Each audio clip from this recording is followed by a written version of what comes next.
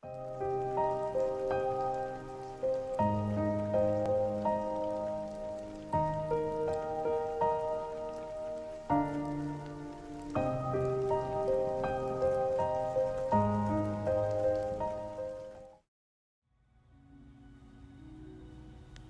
wiped the remaining sweat off your chin and lifted up your sports bag.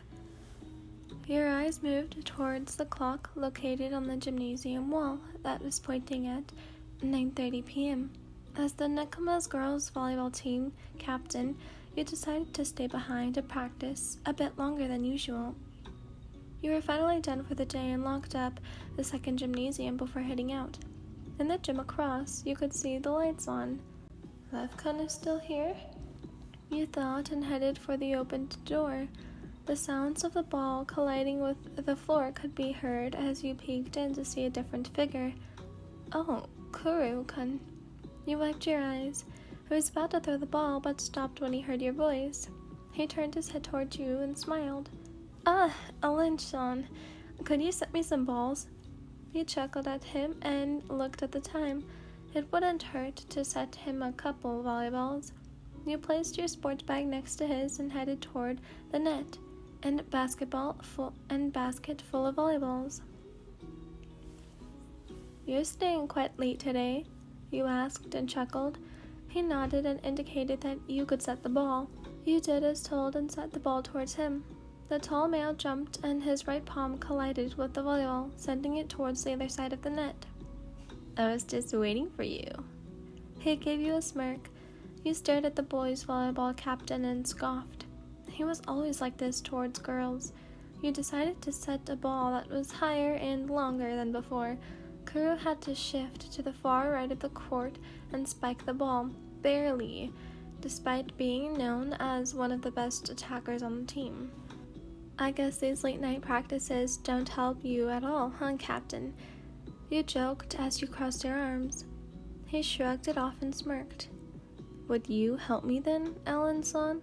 I suddenly forgot how to spike. You widened your eyes in shock. You were expecting him to shoot back one of his dumb remarks.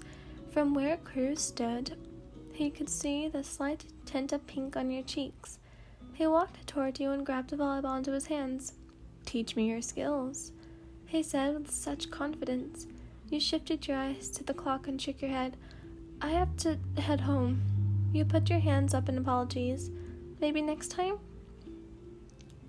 Kuroo pouted, and as you headed for your sports bag, he stopped you midway. At least let me walk you home then, he offered with a soft smile. You could feel your heart beating faster and faster. You raised a brow and tried to act normal. I guess you can. He excitedly smiled and asked you to wait a minute while he cleaned up.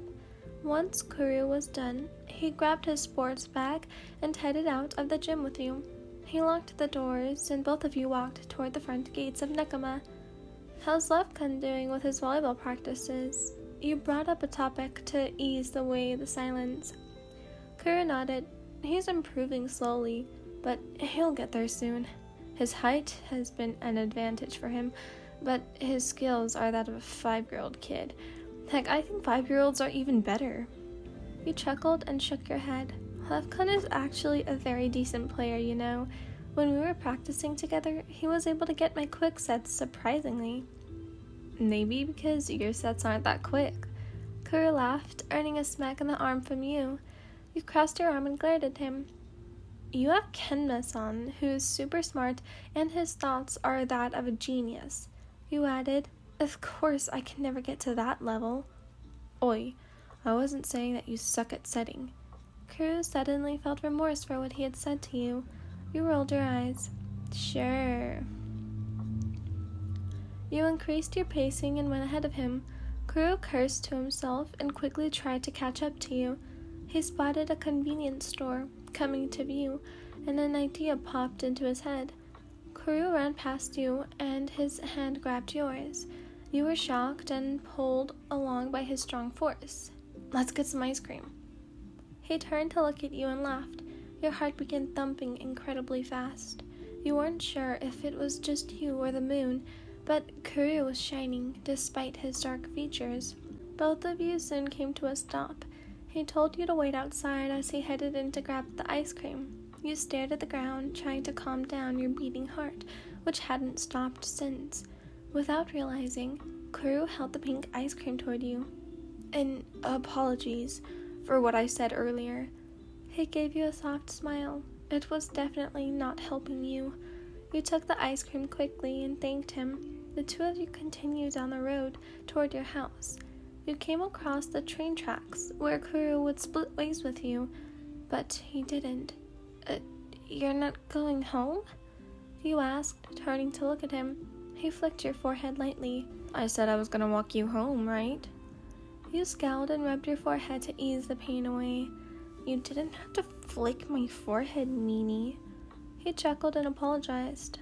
I'm sorry. I just find it cute when you're angry. What?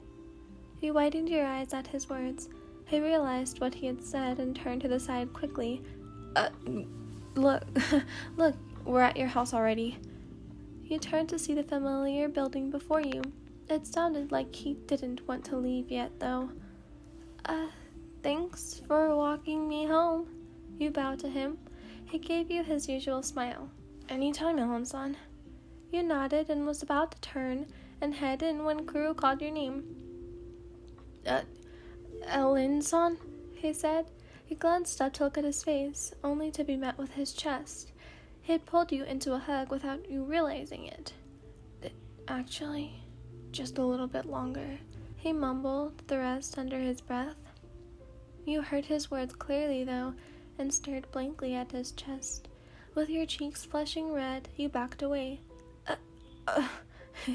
Are you out of lines to use on girls? You tried to push the fast pacing of your heart off. Kuroo laughed and patted your head. I'll see you tomorrow. He headed off as you watched his tall, slim figure disappear into the night. You managed to get yourself to your bedroom before collapsing onto the floor. Your hand reached to your heart, and you could feel it to the point where at any second it could burst out. You were confused, and your mind was filled with various questions. What did he mean when he said that? Why is my heart beating so fast? But despite all that, you oddly felt happy. Without realization, a small smile appeared on your lips before you headed off to sleep that night.